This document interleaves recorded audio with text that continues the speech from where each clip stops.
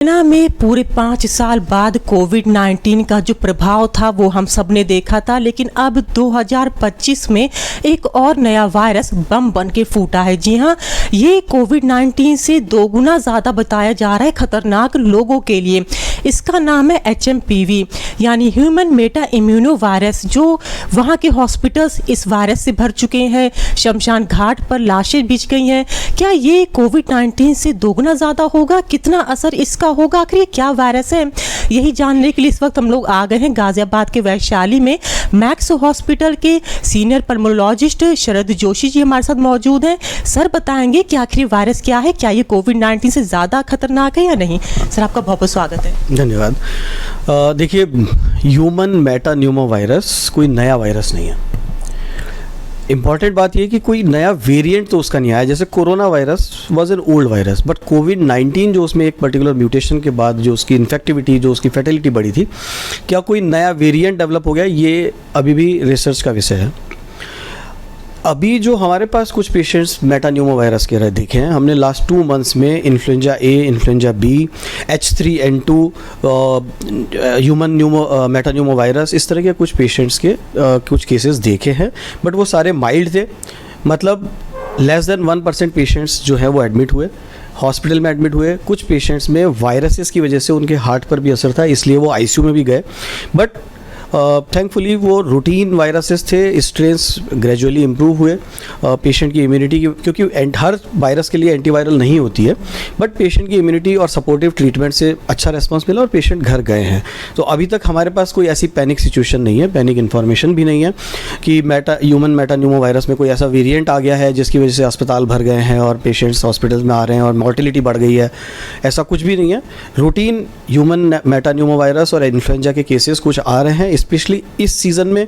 Most importantly क्योंकि sunlight कम हो जाती है, धुंध की वजह से, फॉग की वजह से, स्मॉग की वजह से, तो यूवी लाइट जो सन से आती है वो नहीं मिल रही है। इस वजह से वायरल ग्रोथ बढ़ती है और वायरल इन्फेक्शंस की चांसेस बढ़ जाते हैं।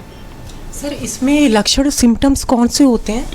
देखिए, मोस्टली जितने भी रेस्पिरेटरी वायरसेस हैं वो अपर रेस्पिरेटरी ट्रैक्ट से शुरू होते हैं, जैसे छींके आना, नाक बंद होना या गला ख़राब होना, बुखार आना, शरीर में थकान रहना। ये रूटीन सिम्टम्स हैं, रूटीन साइंस हैं जो किसी भी पेशेंट में हो सकते हैं और किसी भी वायरस में आ सकते हैं। तो एज सच कोई स्पेसिफिक सिम्टम्स के साथ, जैसा कि शुरू में कोरोना के साथ देखा गया था कि सेंस ऑफ स्मेल ख़त्म हो जाता था या सेंस ऑफ टेस्ट ख़त्म हो जाता, ऐसा कोई अनयूजुअल प्रेजेंटेशन अभी तक हमारे पास नहीं है। ये ज़रूर है कि जो सीवियर मोस्ट केसेज होते हैं उनमें फाइनली निमोनिया डेवलप होता है और पेशेंट के लंग्स अफेक्ट होते हैं, इसलिए पेशेंट ICU में आता है और ऑक्सीजन कम होने लगता है। सर तो क्या कह सकते हैं कि ये उतना खतरनाक नहीं है जितना कि कोविड-19 था? मतलब इस शुरुआती तौर पे इस समय ऐसी कोई इन्फॉर्मेशन नहीं है और इस तरह का कोई पेशेंट हमारे पास एडमिट नहीं हुआ है। ह्यूमन मेटान्यूमो वायरस के कुछ पेशेंट्स आए थे, वो रूटीन इन्फेक्शंस थे। पेशेंट 1-2 ICU में भी गए, बट वो इम्प्रूव होकर रिकवर होकर घर चले गए। कोई नए वेरिएंट की इस समय कोई इन्फॉर्मेशन नहीं है और इस तरह का कोई पेशेंट नहीं आए हैं।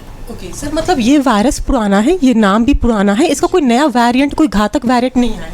इसका कोई नया वेरिएंट अभी तक रिपोर्टेड नहीं है, एटलीस्ट अपनी कंट्री में, अपने सिटी में। बट अगर आप बता रहे हैं कि चाइना में कुछ इस तरह से हुआ है, तो एक नए वेरिएंट पे हमें नज़र रखनी होगी।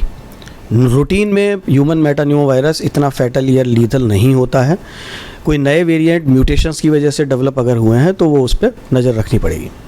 ओके, बहुत बहुत धन्यवाद सर। इस वायरस से जुड़ी कोई और जानकारी जो आप देना चाहें? देखिए, बैक्टीरियल डिजीज़ के लिए एंटीबायोटिक्स अवेलेबल हैं और एंटीबायोटिक्स वायरल इन्फेक्शंस में कोई काम नहीं करती हैं। तो अननेसेसरीली घर पे बैठ के सेल्फ मेडिकेशन करने का कोई फ़ायदा नहीं है। अगर आपको सांस की तकलीफ़ है, ऑक्सीजन कम हो रही है, आप ऑक्सीजन मॉनिटर करिए। सांस की तकलीफ़ है तो डॉक्टर से मिलिए। घर पे बैठ के एंटीबायोटिक लेके चीज़ें कॉम्प्लिकेट का हो जाने के बाद अगर आप अस्पताल आते हैं तो फिर प्रॉब्लम बढ़ती है। पेशेंट्स जिनको वेंटिलेटर की ज़रूरत नहीं होती उन्हें भी वेंटिलेटर पर जाना पड़ता है। तो ज़रूरी है कि अपने सिम्टम्स को अर्लीस्ट आप नोट करें, इग्नोर ना करें और डॉक्टर से सलाह लें।